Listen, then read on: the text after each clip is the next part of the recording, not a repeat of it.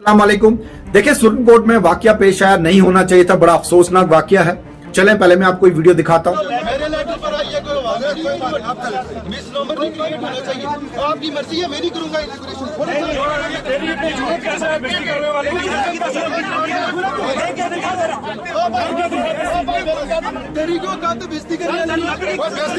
मैं सुहेल मलिक साहब हैं, वो डीडीसी मेंबर हैं सुप्रीम कोर्ट के, उनके साथ वहां के बीडीसी भी हैं। और इस पिक्चर में आपको एक्स एमएलए अकरम चौधरी साहब भी नजर आ रहे होंगे। उनकी फैमिली का बहुत बड़ा नाम है। असलम साहब बहुत टाइम एमएलए रहे, एमपी भी रहे, मिनिस्टर भी रहे। तो उनकी फैमिली को सुप्रीम कोर्ट की आवाम जो बहुत इज्जत भी करती है।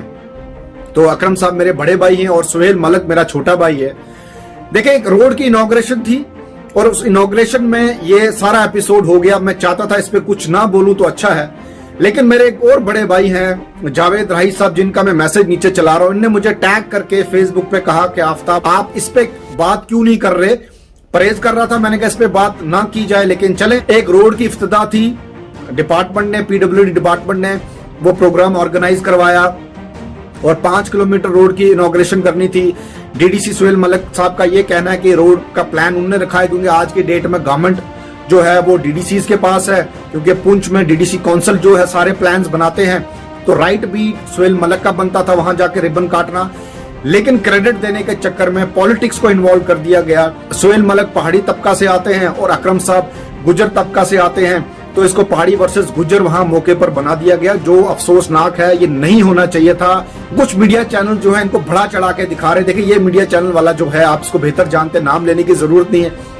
ये बता रहा है कि अकरम साहब ने बड़े सब्र और तहम्मुल से काम लिया, डीडीसी सुहेल मलिक ने जो हार उतार दिया, लेकिन अकरम साहब की संजीदगी की वजह से वो रोड की इनॉग्रेशन होगी। सारा क्रेडिट जो है वो चौधरी अकरम साहब को जाता है। कुछ मीडिया चैनल वाले दिखा रहे हैं कि देखें जी, डीडीसी सुहेल मलिक ने बड़ी संजीदगी से काम लिया, उन्होंने जो है रोड की इनॉग्रेशन होने दी और रोड का काम शुरू हो गया। वो चाहते तो रोड का काम बंद होता।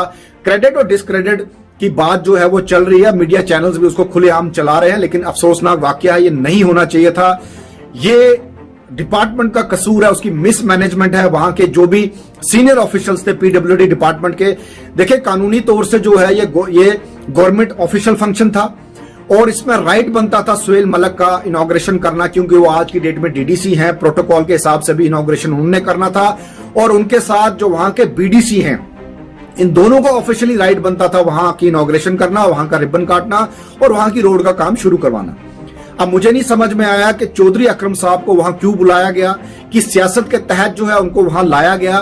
कहीं ना कहीं चौधरी अकरम साहब भी समझते हैं, जब चौधरी अकरम साहब एमएलए सुप्रीम कोर्ट के थे तब उन्होंने बहुत सारी रोड्स का इनॉग्रेशन की, पुल की इनॉग्रेशन की और स्कूल्स की इनॉग्रेशन की। तो ऑफिशियल फंक्शन में जो लोकल रिप्रेजेंटेटिव होता है, इलेक्टेड रिप्रेजेंटेटिव होता है, गवर्नमेंट का जो नुमाइंदा होता है, वही वहां का रिबन काट सकता है और इनॉग्रेशन में पार्टिसिपेट कर सकता है। आम आदमी की तरह कोई भी आए, उसका डिपार्टमेंट जो है वेलकम करता है। पार्टिसिपेट करना तो सबका हक बनता है, लेकिन ऑफिशियली रिबन काटना वहां के डीडीसी का काम था और बीडीसी का काम था।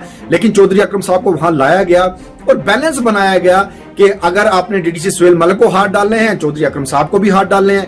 अगर डीडीसी सुहेल मलिक ने रिबन काटना है तो उस इनॉग्रेशन में अकरम साहब भी वहां मौजूद रह गए रिबन काटने में। तो कहीं ना कहीं सियासत की बू आ रही थी और यह दिखाने की कोशिश किया जा रहा था उस इलाके में, ये जो रोड का क्रेडिट है ये अकरम साहब को भी देने की कोशिश की जा रही थी और डीडीसी सुहेल मलिक को भी देने की कोशिश की जा रही थी। और उसी तैश में सुहेल मलिक साहब आगे होंगे कि भाई डीडीसी मैं हूं, प्लान में मैंने रुकाया, तो और पॉलिटिकल बंदा जो है इसका क्रेडिट क्यों ले जाए। बात भी सही है, जब एमएलए के टाइम जो है इनॉग्रेशन होती थी तो किसी बाहर के बंदे को आके, किसी लोकल बंदे से तो रिबन नहीं कटाया जाता था, वहां का लोकल रिप्रेजेंटेटिव भी रिबन काट सकता था। तो ये मैं डिप्टी कमिश्नर साहब से गुजारिश करता हूं, ये जो सियासत का खेल वहां खेला गया और दोनों पहाड़ी और गुज्जर तबके को वहां बदनाम किया गया। सियासी लड़ाई तो दो लोगों की है, सुहेल मलिक की और चौधरी अकरम साहब की, लेकिन पहाड़ी गुज्जर का एपिसोड देख के जो है पूरे जम्मू कश्मीर में पहाड़ी गुज्जरों को बदनाम किया गया और यह दिखाया गया कि पहाड़ी वर्सेस गुज्जर जो है सुप्रीम कोर्ट में चल रहा है।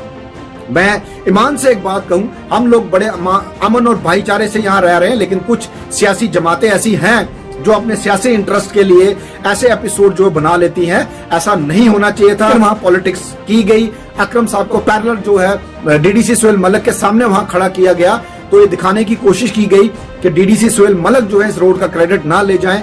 उसी क्रेडिट के चक्कर में जो है दोनों के सपोर्टर्स जो है आपस में भिड़ गए और वहां एक ड्रामा जो है वो हो गया।